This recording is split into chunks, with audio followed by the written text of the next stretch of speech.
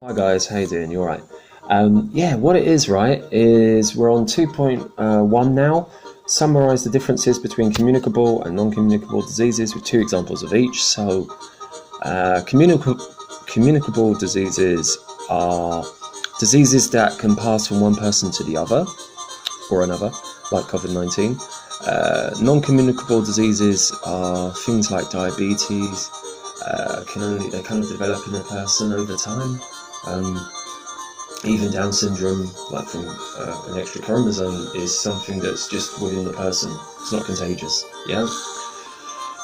Communicable diseases are also known as infectious diseases. Non-communicable diseases are referred to as chronic, which means that they take a long time to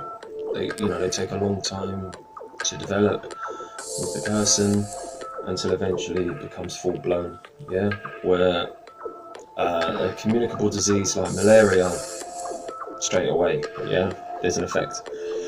It's more acute and develops quickly, like COVID-19.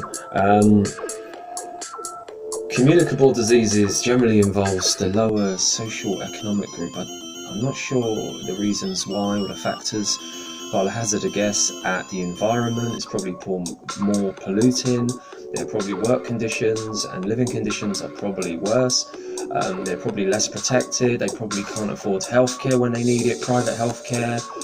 They probably have a long waiting list, and this can only add to diseases infecting them.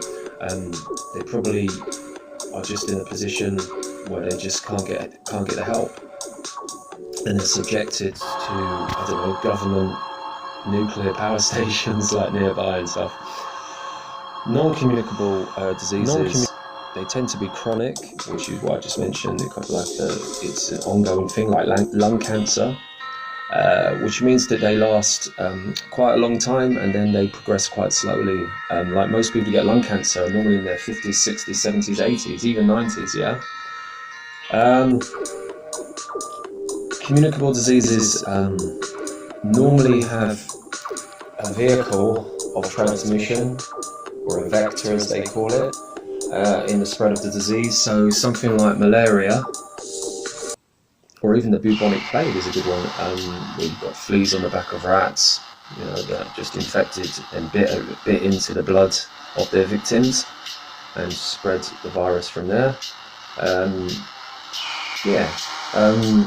Normally non-communicable diseases can be enticed, can be induced through like bad diet, like you can have high cholesterol, and give you coronary artery problems, the environment, like pollution. You might live in a city where there's a lot of factories giving out a lot of waste, a lot of diesel fuels that are burning, like nearby.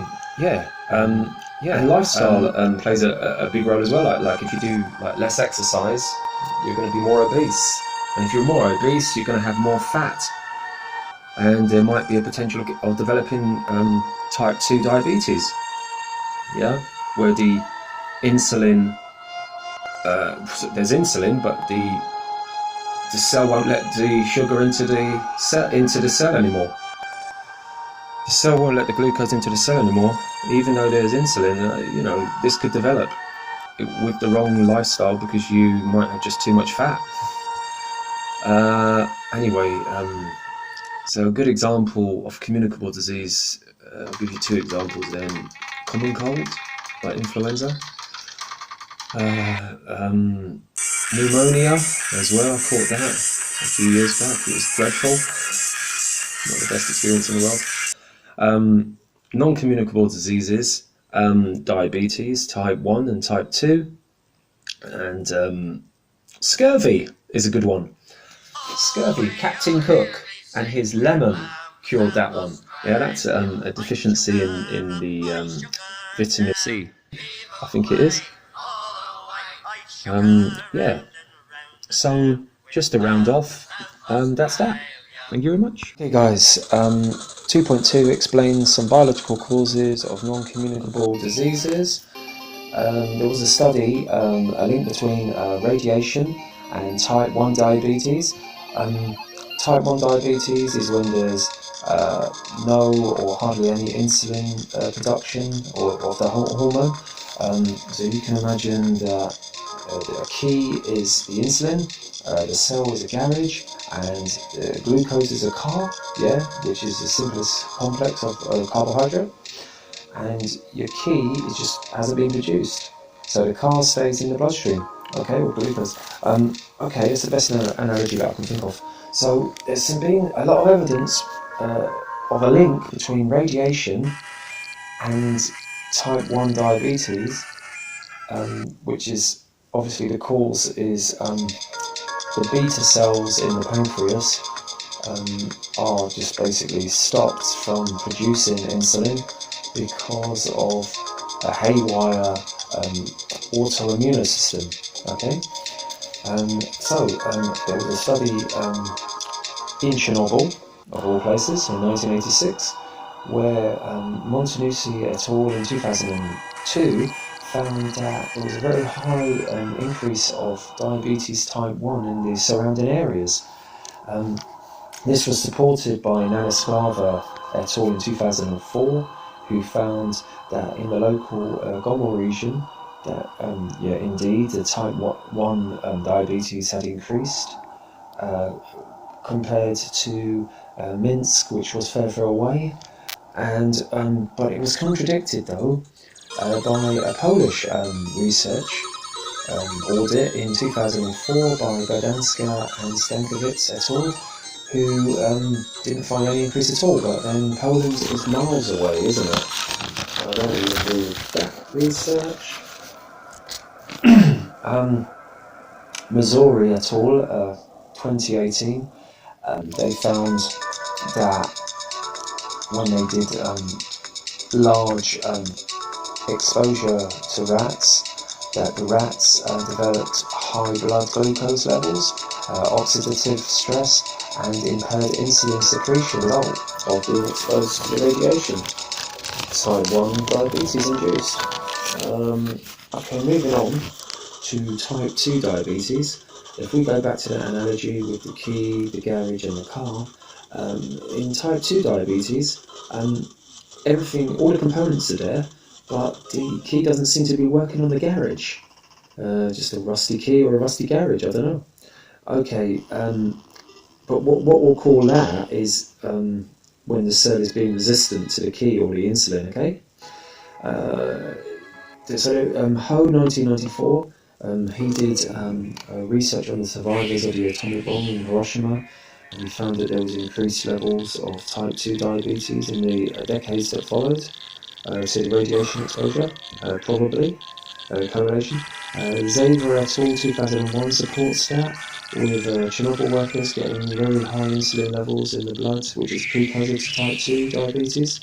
There was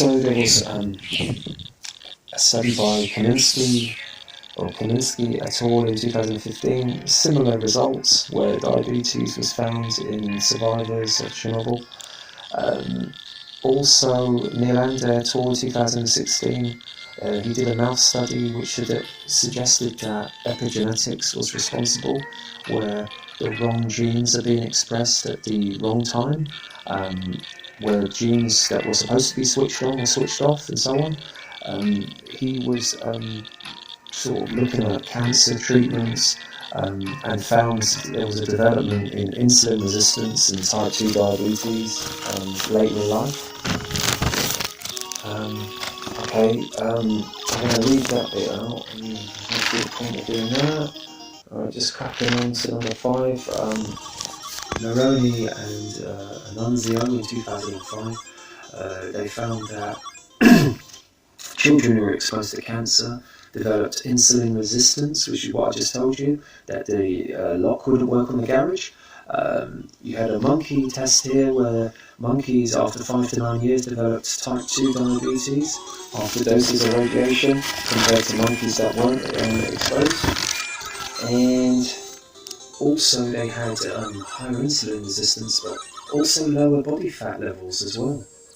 So there was the key wasn't working. The cells in the body weren't allowing glucose into their garage, as it were. That's Kavanagh et al. 2015. And also, the last thing I want to mention is the 1946 to 1958 nuclear weapons testing in Oceania. Simon et al. Did an audit on that in 2010, and they found that Oceania has the biggest fasting blood glucose levels in the world. And this was recorded between 1980 and 2008 by Daniel et al. In 2011. They found that. And this proved that there was a definite correlation between acute and chronic radiation fallout, and because of weapons testing at the time, and people's condition. Most people had very high glucose levels in their blood and had very low fat in their bodies, which is interesting. Anyway, that's that.